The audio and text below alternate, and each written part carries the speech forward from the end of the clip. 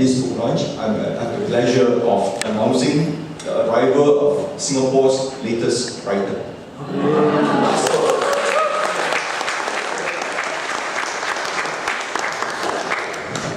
In my 15 years of publishing, I've come across many different writers. People write in different ways. There are those who carve words from dictionaries, who are able to articulate and then suddenly reduce you to tears with the beauty of your words. Then there are also those who come and reduce you to tears, not with the beauty, but with the pain of their words, and telling you where you have gone wrong and so on. Yeah? And there are also authors who promise you that you can become rich if you read their book, you know, how to get rich in 2 weeks, that kind of stuff. Yeah? And then of course, there are the Russ Sohs. These are men and women. These are men and women who have actually experienced life. Life, whether in families or outside families, but who have gone through the pain, the pleasure of life, both within families and corporations. And they have been, some have not survived those years, have not been able to survive those. Others have survived, and then there are others again like Russ, who have managed to pull together those experiences into stories. Some may be fictional, I don't know when he's telling the truth and when he's not sometimes, but mainly every story has a real life experience that powers it. You know? I will not spoil the book by telling you any more about it, but instead what I will do is that I will let him read some, or let him say something about why he wrote this book and introduce his book to you and read from it first. After which you can then interrogate him, right, as to whatever you want. Yeah. This is the beauty of a storyteller, you know, or an author. You can write anything you want and let people interrogate you. He has to be able to defend it, and I'm sure he will be able to. Right? Russ, thank you. Over to you.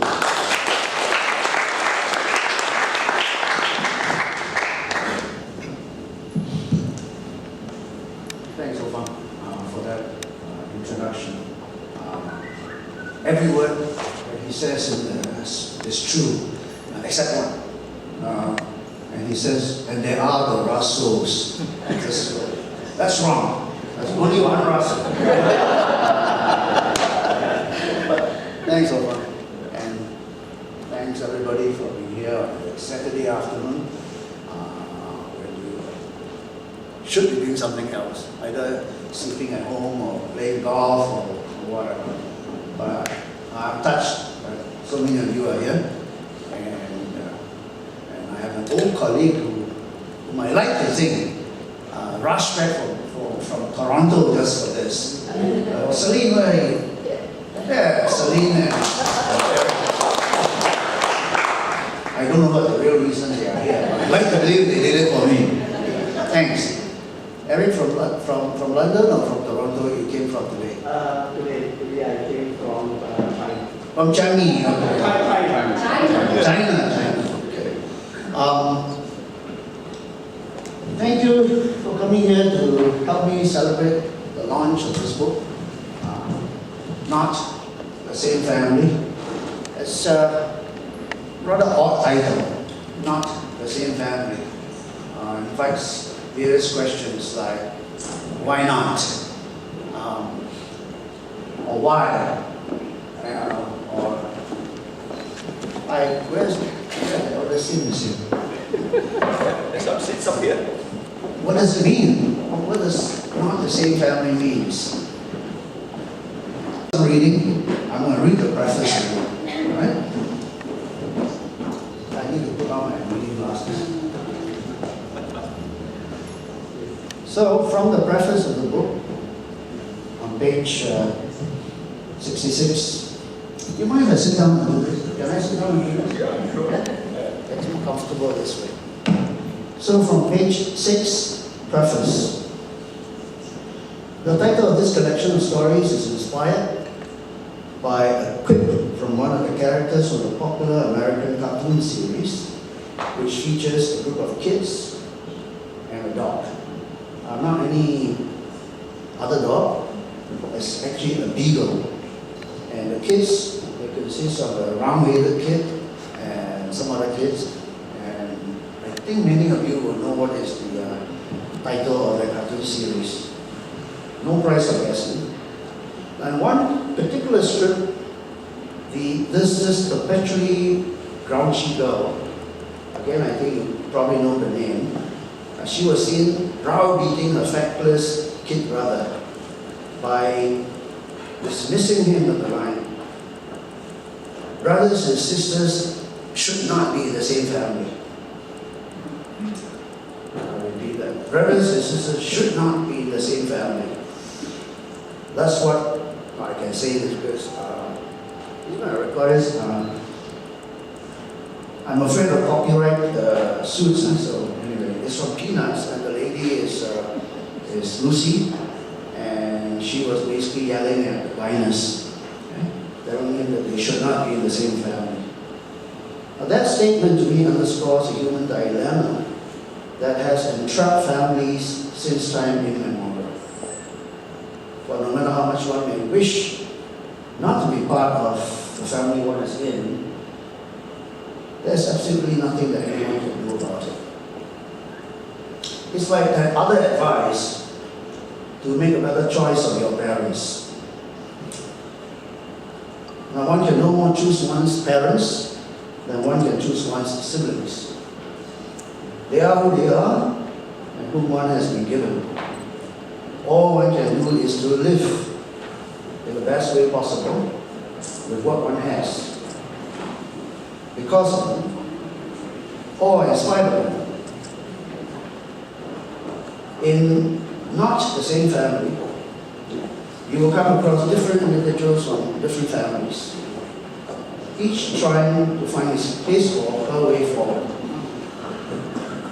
Maybe you recognize one or more of the families. Perhaps you might even catch a glimpse of yourself and your own family in one or more of these stories. For in truth, while they might be not the same family, they could collectively be representative of the one big family, the universal family. So, that's the background. What I'd like to do now is to read for you an excerpt from one of the stories. And this is the first story in the collection. It's entitled, is my voice loud? Can you hear it? Yeah. Is voice loud Do I enough? need the mic? Do I need the mic? You'll be better. You'll be better. Okay. People are hard to please. Okay. The title of this story is Visiting Brother. I will read a short excerpt. The hold on my hand tightened into a grip. I felt a twitch, then a thump, as I was almost yanked up from where we were both sitting side by side. My arm quivered in tandem with hers. As I rose, I stole a glance upwards at her face and caught the beginning of a smile. There he is. Where, Mom? There, opposite, in front of the shop, walking, there, with Auntie John, holding her hand. I can't see clearly. You sure that's him, Mom? Of course I'm sure. Don't I know my own son? We had traveled for more than 2 hours to get to where we were. A long trek down the dusty dirt path from our rental car, deep in Rome 27. A long wait for the ride in the tram car from Geylang Road, and a transfer at Victoria Street to Rocha Road, to near the junction of Ukiduma Road, and what is now called Moro Road. We had planned to visit days earlier, or rather Mom had. She had confided in me and told me that I could skip school just for the day to accompany her. Sis 2 years older than me would not come along, and she had some test or other in school. Dad, I can't recall now whether he was on one of his sporadic work trips as a laborer to Christmas Island, or was he just intentionally kept out of the expedition. So there we were, at the bus stop, keeping an eye on the traditional Chinese medicine shop on the opposite side of Bukit Timah Road, with its constant rush of traffic. Or rather, Mom was. I was simply sitting there on a bench, holding a hand and trying to keep count of the number of lorries passing by, until the appearance of the pair across the street. I had no real idea why we were sitting and waiting, instead of getting on with what we had come to do, visit my little brother. We have to wait, she has said. Wait for what, Ma? For Auntie Chong to bring him out for us to see. When? How? Soon, hopefully soon. She said she'll either carry him or walk with him across the front of the shop. But why like this, Ma? Why not just now when we were there? Because, she sighed, because they don't want us there when they bring him out. But why not? Isn't that what we came here for? To see him? Yes. But Auntie Chong doesn't want him to see us. Why not? She's afraid that he may not react well on seeing us, on seeing me. What do you mean, huh? It's difficult for you to understand, Kimpo. She was sniffing now. I'll try to explain to you at another time. Anyway, they are his parents now, and they can do what they like with him. As a 6-year-old, it did strike me as odd that my brother would have a different set of parents. I had known, as Mom had explained to me earlier, that my brother, 4 years younger than me, had been, within quotations, given away. His new parents had their own business and were in a much better position to take care of him and give him a better life. Plus, we needed the money.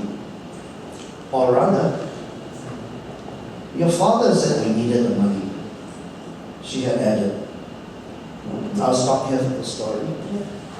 For the rest of the story, in this book. I've got a couple of friends here whom I have enlisted to help me read a couple of other stories in the book. And I'm going to invite one of them on board now to help me read an excerpt from this book. And she's going to read from, I believe it's the second last story from the book. Let me see where it is. It's third from the last. The title of the story is My Late Father. And to help me read this is my friend and my church mate, Maggie. Maggie, you're here?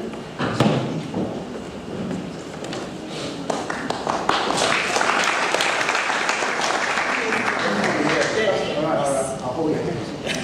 No need. My late father. I had always thought of him as dead.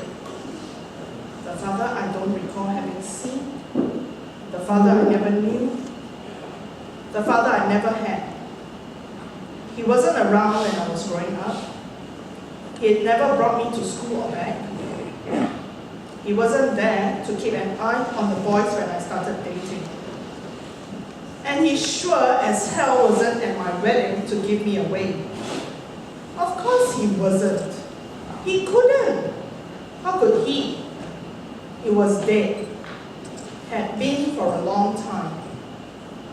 Mom told us that our father left when we were all very little.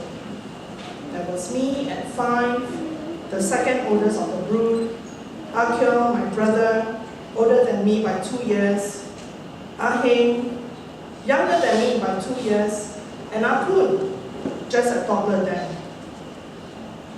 Mom was in her 30s then, but seemed transformed into her 50s almost overnight. Trying to raise 3 young boys and a girl on your own can do that to you. In fact, it could kill you. And it did her. Our mom became our late mom when I was only 10. Our dad had preceded her 5 years earlier. Mom died of cancer. That was what the hospital told Uncle and Grandma, our only relatives, and by default, our guardians. I think she actually died of a broken heart.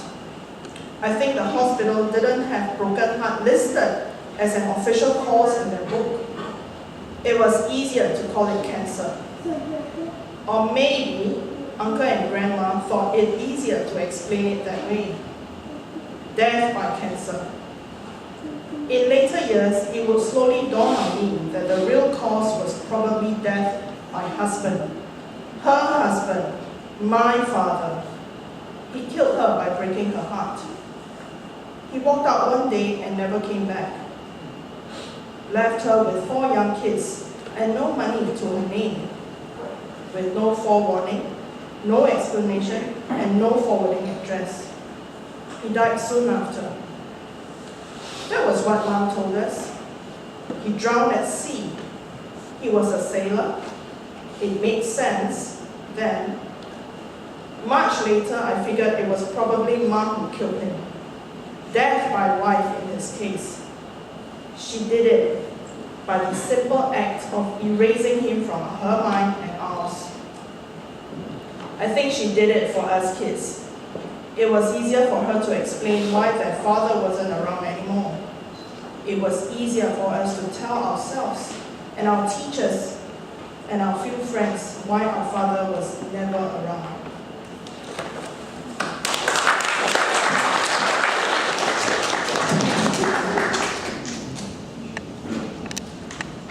That was Mei Yi, helping me with my late father. Now I will give you something else from another story. This is the 3rd story in the book.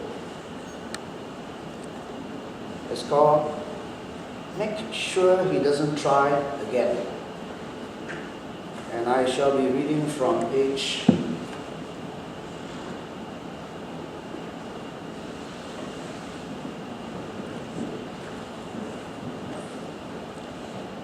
35. Okay, this is from Make Sure He Doesn't Try Again. Somewhere not quite in the middle of the story, the first third of the story. Even now, I'm not certain what the normal reaction should be for a person just informed of his father's foiled endeavor to mount and to fall over the bulwark of a high-rise building. But I remember that my mind went blank for a split second or two. Immediately after, I silently posed myself a string of questions. What's the acceptable reaction? Show shock and exclaim, "Oh my God!" Display exasperation, saying, "Shit! Why do you have to go and try something, such a stupid thing like that for?" Or exhibit concern and relief like a dutiful son and gush, "Thank God someone stopped him in time." As far as I can recall, I just sat there dumbstruck for a while. I think my face probably betrayed no emotion. As the reality of what I just heard slowly sank in, I felt first a deepening sense of despondency, followed shortly by a creeping sense of annoyance. One part of me felt wretched that anybody, least of all my own flesh and blood father, should have to come to such a conclusion. Another part of me, to be completely honest, was stunned by a tinge of shame that my own father was the perpetrator. I wondered what the police sergeant must be thinking of me, what I did or didn't do to drive my father up such a wall. Yet another part was feeling a sense of self-pity, thinking that here I was having to handle another crisis, as if I hadn't already had enough on my poor, young, fragile shoulders. I don't know which of these feelings showed through the veil, but I remember shaking my head and mumbling something like, yeah, the old man is in pain, as though that explained everything. And we move forward to a few pages down on page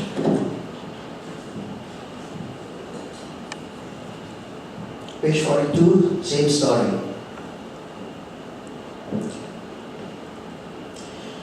They say that what doesn't kill you makes you stronger.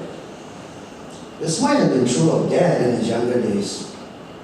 His first brush with major ailment sent him to the Tan Tock Seng Hospital, where they kept him for over a year. They worked on his lungs, but left his mind and spirit untouched. If anything, he emerged even more determined. He kept up a running battle with a string of illnesses. Long-term occupational contact with wet cement had caused his arms and legs to develop a severe form of skin ulcer known as ACD, or allergic contact dermatitis, which name, characteristics, and recommended treatment of I found out only later, much later, too late to be of any use to him. I couldn't tell in those days whether the perpetual blotches of blood on his arms were inherent in the ulcers or came from the continual scratching. I also found out later, which I didn't know then, that the lanolin and petroleum jelly, which he used to spread on his limbs to soften and soothe the skin, were the very things he should have avoided using, as they aggravated while providing only temporary relief. Another occupational hazard, irregular meal hours, might have also been the cause of his peptic ulcers. Again, another term I learned about much later. Perhaps it was the result of the smoking and the drinking, the uppers and downers of the working class in those days. The aspirins that he popped constantly served only to exacerbate more than they assuaged. The gastric juices kept churning and the retching persisted. Throughout the later part of his life, the twin ulcerous odors continued to stalk him. They chased him about the ring, knocked him around, but never seemed to be able to floor him and pin him down. Each time he tripped or fell, he picked himself up and came out slugging again. What finally floored him, from which he couldn't get up for the count, was the stroke. It hurled him back to Tan Tock Seng for a few months, and he came out of there like a punch-drunk ex-boxer. His gaze became unsteady, his speech slow and slurred, and he became given to bouts of melancholia. I'll stop here, and then you find out for yourself what happened. And now, I want to invite another friend. I call her a friend, I don't know if she regards me as a friend, as a friend. She's also my publisher, and the publisher's wife, so I have to be careful what I say.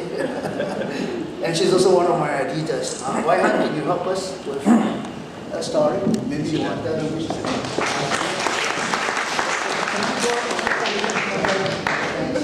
He needs a break. He's getting nervous. He's getting ready for the questions you apply him. Her wedding dinner gown, page 69. I won't wait because he wrote the story, so he knows all about it. I'll read 2 pages from this. She says she feels trapped. I was telling Boone about the conversation I had with our daughter in the car the night before, on the way home from running some errands. What? He sat up from his armchair in the library. What do you mean, trapped? That's the word she used. But what did she mean by that? He had stood up now. How's she trapped? Who trapped her? Did she want to marry him? She said she wished she could call the whole thing off. The wedding? His voice was rising, but was contained within the library by the closed doors. Isn't it a bit late for that? No, not that, my dear. I know I shouldn't, but I couldn't help letting out a chuckle. Nudging him to sit down, I told him, she means the dinner reception. I don't know what you're talking about. He stood up again. She said she's so angry with herself for falling into the trap. Trap? There you go again. Will you please, for goodness sake, stop beating about the bush and tell me, what is this trap she's referring to? I could feel the temperature in the room rising. Sit down, then I'll tell you. I'm seated. Go on, tell me, please. Our trap. The trap that we laid for her. What? He shot up again.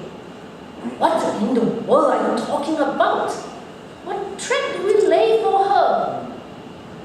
Our offer to host the dinner reception. Sorry, I'm lost. He looked lost. She said that she had accepted the offer for what she thought it was, a sincere, generous gesture. She said she feels stupid now to have believed it. She said she didn't know it came with strings attached.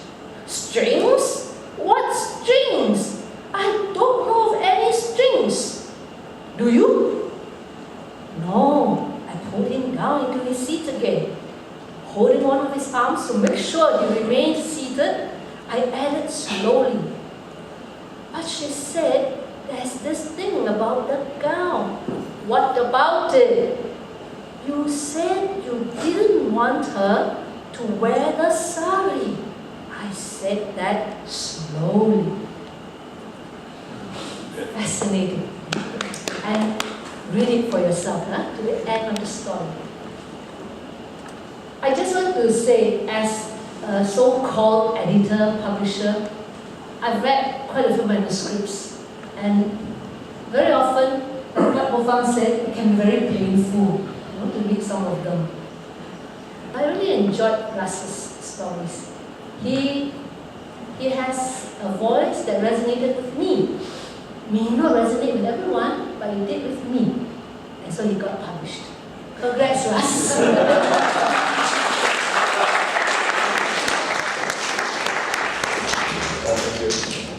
Maybe just a little background to that, why they decided to read this story. I mean, at least the way I perceive it. I think weddings are something that are very, very traumatic, even though they're beautiful, right? I'm sure some of you may have children who got married, and the discussions over the marriage, and what's going to happen, can be quite traumatic. Even for yourself, your own wedding, she almost left me at the altar when we got married 25 years? 30 years? 30 years ago, yeah. So when our son decided to get married, we said, they out him. We are not going to get involved at all. And I think we were pretty happy with that. We just said, here's a check, here's the money, we're going to foot this, and then this amount, and you go and spend it how you want, you know, no strings attached. But of course, you know, yeah, it was really no strings attached, you know. Yeah, they're paying us back now. Anyway. Yeah. Okay, never mind, Ross. Sorry. Thanks, Ofam. Thanks, Oyan. You know, some friends asked me, Russ, tell us the secret. How do you get published? How do you get a publisher to want to publish your book? And now I can tell them the way to a publisher's heart is to his wife. Okay, I'll bring you a last story, or one more excerpt from another story. Okay, then after that we can chat a little bit. Yeah. This is the last story in the book, the 10th story, and it's called Burying Brother. We started with visiting brother, now we're going to bury the brother.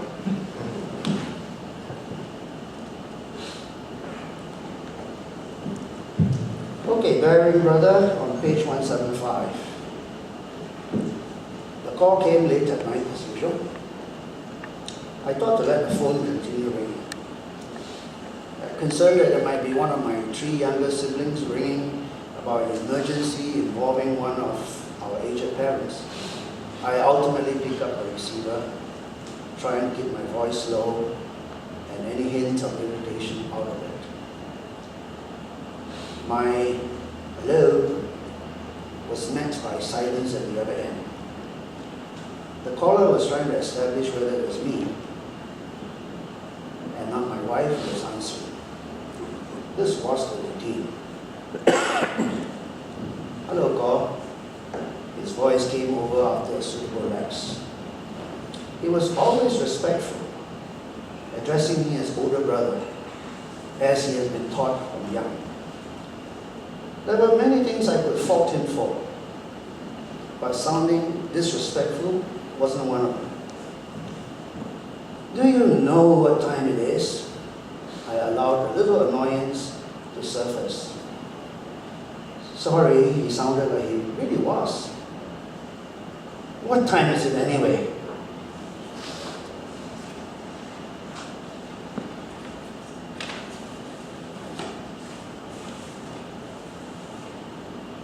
You know, I wouldn't have come to you if it wasn't an emergency, and if I wasn't desperate. He sounded like he meant that too. Flopping back on the bed and rolling my eyes in the dark, I settled down to listen to the latest of his troubles. Initially, when the call started coming several years ago, I would be alarmed and concerned and would respond appropriately as the situation dictated.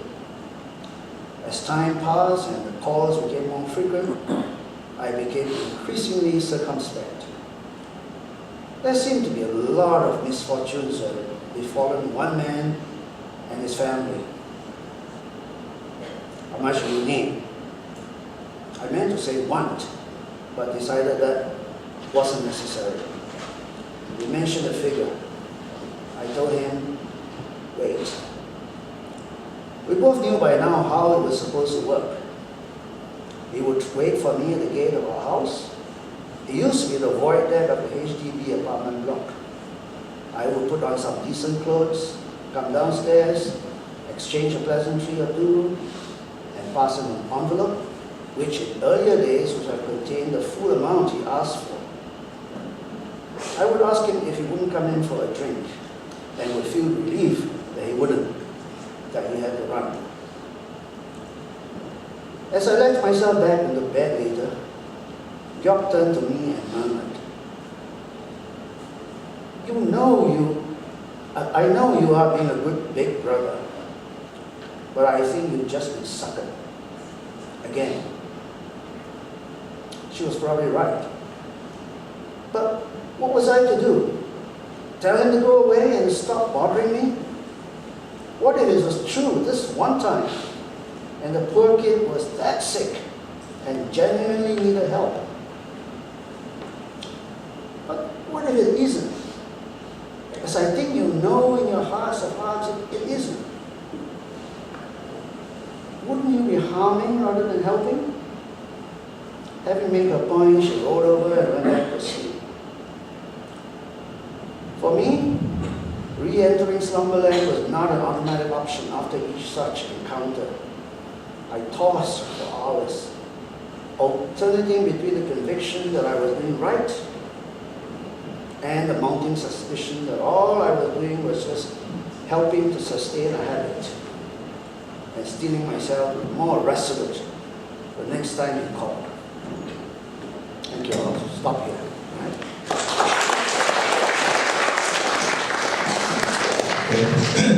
We will take some time for questions. If any of you have questions, please feel free to raise your hand. This is a chance. Yep. Yeah. Get it? Anyone? Questions? Edwin, be He's nice. my uncle Russ to me Oh. because he seen me grow up from a little boy, literally. So probably just to start off, an easy one for you. So why did you decide to write this book? Or maybe you already shared it before I came in just now. What inspired you?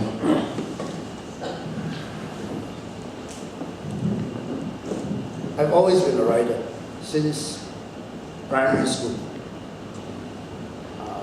In secondary school, I was writing all the time, and I was, instead of studying, I was editing school newsletters and school magazines. I was in Sec 4, instead of studying for my O-levels, I was editing a school newsletter every Tuesday. One of my partner in crimes, Chikit, where are you, Chikit? That's one of my partners in crime. Every 2 weeks we would mimeograph school newsletters.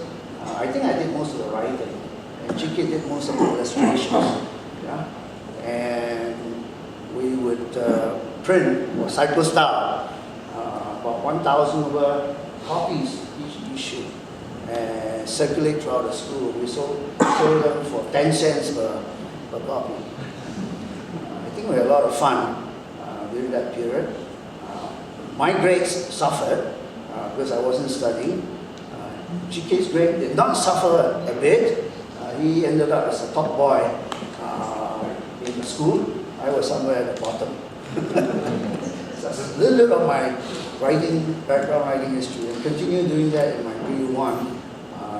I think I was the editor of the school magazine, either when I was in P1 or P2. So writing had always been with me, Edwin. And of course, what goes with that is reading. I was always reading. When I was in the kampong, we didn't have electricity. I was reading by the light of kerosene lamps. Maybe that's why I wear reading glasses and all that. And that's kind of the background, always reading, always writing. And even when I was working, when I was a teacher, my two teaching colleagues from, more than 30 years ago, we were in this school we call First Toa Payoh Secondary School. And I helped the school come up with a school newsletter called TOPS, I think, TOPS, Toa Payoh something. I think it was a pretty good magazine. It lasted for a while, so I was writing. And then when I was in corporate life over close to 30 years, of course I had to write a lot, but it's not the kind of writing you enjoy. You're writing reports, strategy papers, whatever, but I still managed to get some creative writing done. I was the PR person for the companies we worked for, helping to put out publicity things and so on. And we came up with newsletters, and I was like the chief editor, plus being the producer. So writing has always been with me, and I also used to write for the newspaper here and there. I think I sent you a copy of a book review that I did. Some of you may or may not know, there was a newspaper called Eyeballs, or Project Eyeballs. Not many of you are old enough to remember that. My daughter was a reporter or a journalist with Straits Times and Project Eyeball. David Wee, my old colleague, his son was also in the Straits Times. I think he's still at SPH now. And she wrote some articles, some of you may remember. And one piece she wrote was a letter to my future child, I think. Maybe she said a letter to my future son or daughter. That was published. And then I said, would you mind if I write a response to that? She said, yeah, sure. So I wrote an article called A Letter to My Future Grandchild, and it was published in the same newspaper. So I did things like that, which I enjoyed a lot. Not that I didn't enjoy my work, I did, but I enjoyed the writing more, which paid me nothing. Most of the time they paid me nothing. It took a lot of time. So first part of the answer, very long answer, is that writing has always been with me. So when I quit corporate life, one of the things I knew I wanted to do was to write. Write what? I don't know. I just wanted to write. Okay? Anything. And so it took me a while to find my subject, so to speak. But I did know that I have all these stories in me that are waiting to come out. And waiting to be articulated. And some of these stories have been with me for a long, long time. Some since I was a kid, some since I was a young man, some since I become an old man. So there were these stories. And these stories were waiting to come out. So that's the inspiration. Okay, Edmund? I have a story about you I'm saving to write. Be afraid. Anyone else? I would just like to say a few words about my good old friend, Russ. We joined teaching together at the same time many, many years ago. And we were quite well known in school as STC. Remember, STC was a bus company operating at that time. He is Russ S.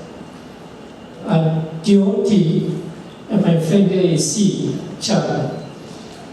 Now, that's not what I want to tell you about. What I want to tell you about is, when we were together, I was impressed by my friend's desire to write a lot. I'm not so sure whether you remember what he started in school. I just had to test his memory. What did he write during the time when he was in school? Do you remember the magazine you used to publish for students? Yeah, it's got talks. Do you know the title of the report that comes on Monday from your student group? No. Actually, I can remember. You wrote regularly a report called the Roving Report. So, and I noticed that during that time, the students were very interested to get the news from the report. So they were always asking, pestering me, when is the next one, when is the next one? Thank you very much. Thank you. Anyone else? For the next question. Oh. I think you might have gotten confused just now a bit. When you talk about STC, you say Russ is S. No, Russ Soh, the Soh is there. STC stood for Singapore Traction Company. And the roving reporter was actually a takeoff from another roving reporter column, which Chikit and I used to do when we were doing the Victory, wasn't it? Yes. I think it was a Victory. And I like to think that the roving reporter was also quite popular at the time. Yeah? Okay, next question. Next question? Oh, the lady had a question, sorry. How long did it take to write this book? You Sorry? came out with the idea and then you wrote this book. How long did it take to complete the whole thing? The thinking or the writing? Completion? Okay, you can say both. Well, okay, I think the fair answer would be from the conception to the completion, not including the publishing part of it. Okay, yeah. it took all of 5 years. But it took all of 5 years to complete this book and another book. I was writing stories for both books in tandem at the same time. Concurrently. But not concurrently in that sense. I had to finish a story first. Then I said, okay, I can't take this anymore because I spent sometimes maybe 2 months, sometimes maybe 3 months on one story. And you get sucked in. You feel the emotions. And in some cases, and I won't tell you which case, it's like catharsis, you know. Emotions just drain out of you, and it just become, you're exhausted emotionally. And I couldn't carry on writing another story for this book. So I had to move on to something else, something entirely different, light-hearted. So I was doing things like that. One story here, put it aside, go on to the other story, and then I'll go on to maybe an essay, although I didn't do a lot of essays, I had a few essays. So for the 2 books, 5 years. So if you want to divide by 2, it's 2.5 years. Okay, thank you. We have one last question with this gentleman here, because we have to, I'm sorry, I know that we're going to, it's a very short period of time, but there's food out there and we want you to enjoy the food before it disappears. So you could continue to ask him questions outside afterwards, right, if you want to. Yeah, meanwhile now. Hi, my name is Chikit. I've been classmate of Russ for many years. When I came in and I heard him read the various story, I really was, something happened to my heart, because how many people can remember a friend's essay when he was in Sec 3? I could remember Russ' essay. You can't remember, because I think in some sense our family background is very similar. And I remember that you have always been the guy who write beautifully, and your essay is the model that passes around the class. So I remember reading in Sec 3 an essay about basically the family background. And when I came in and I heard, I felt that link. Not to say that the family stories are same, but I felt a certain kind of linkage, which whether it is there or not, it does not matter, but for me, it's wonderfully touching. For me, it's like almost like closing the circle. Now I want to ask Russ, as you're writing, how much of your stories are based on the memories of your early days, which in some way we share, and how much are influenced by some of the other richer experience that you have later in life? Thank